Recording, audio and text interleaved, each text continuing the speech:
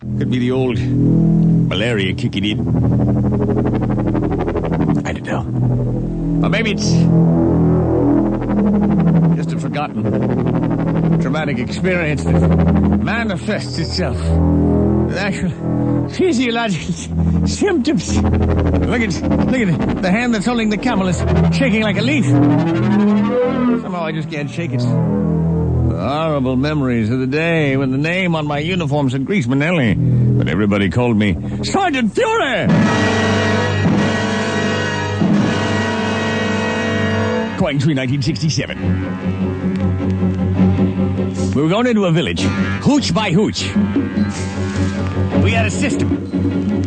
We knew that anybody there had to be NVA, because we'd warned the local people to get out of there, because we were coming through. So what we do is we'd lob a grenade in the front door, and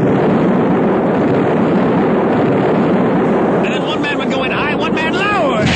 We'd shoot everything that moved, anything that didn't move. We'd blow bottles off the shelf. Yeah. Yeah. Anybody that moved, we'd stitch him. Stitch him.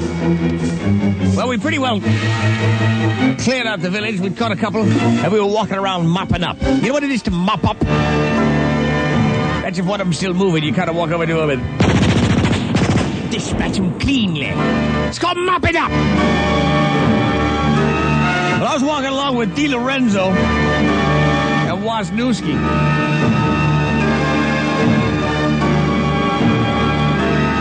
When one of the guys we thought we had mopped up got up on one elbow and shot Prokopik. I spun around, I said, "You slave!" And I emptied the clip at him!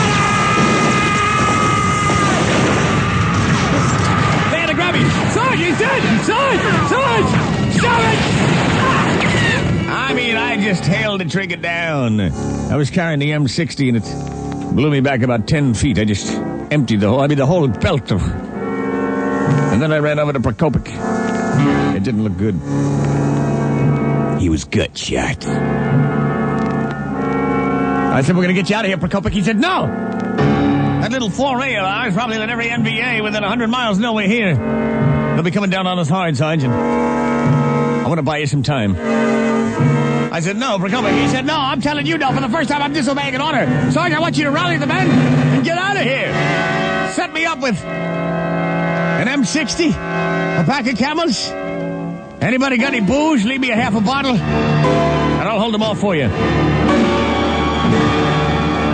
As long as I got a breath, I'll keep shooting. And then at the last second when I'm about to be overrun, I'll start enjoying Rosie for one last powerful Shangri-La."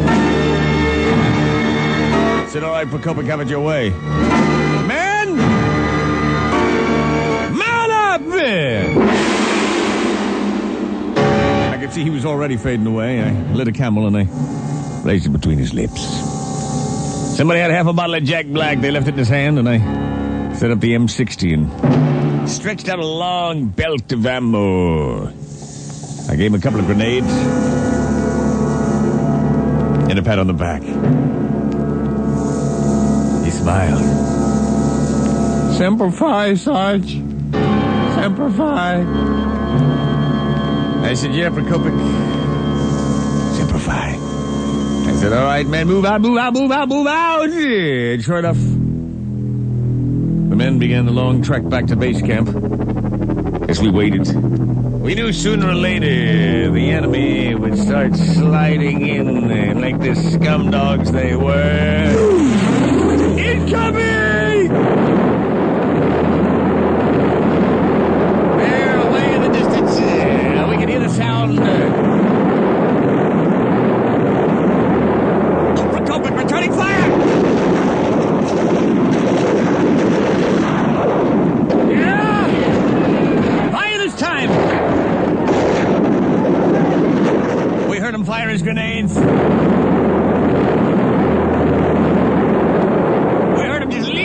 Trigger that M60. I tried to help him out. Blue Fox, Blue Fox. This is Base Command 1, requesting artillery. Coordinate 197 Fox Delta.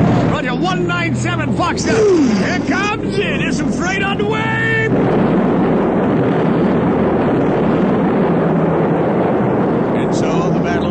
Major, as we got farther and farther away.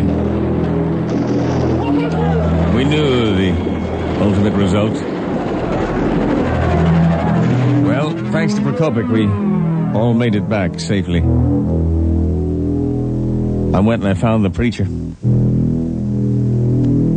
I said, Padre, I ain't been a religious man, but I want you to say a prayer for somebody who's right now knocking on heaven's door. And I told him what Prokopik did. And I put in his name for a medal.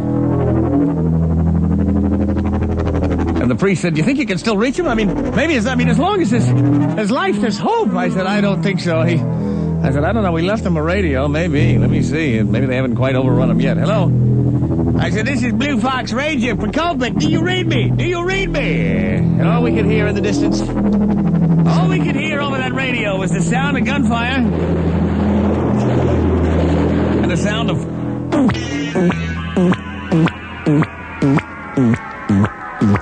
The priest said, "What's that, Sergeant?" I said, static, Father, static. The Greasman on DC101.